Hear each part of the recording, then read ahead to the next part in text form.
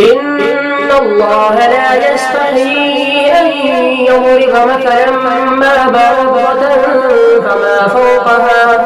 فأما الذين آمنوا فيعلمون أنه الحق من ربهم وأما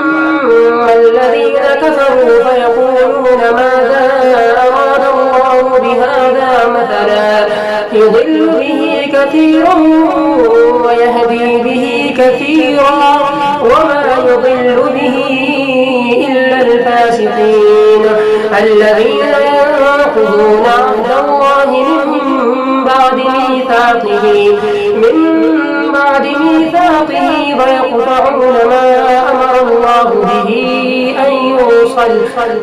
يوصل ويفسدون في الأرض أولئك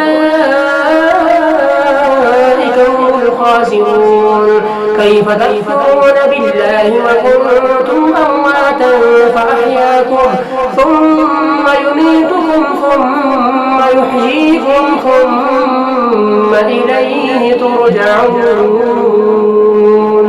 صدق الله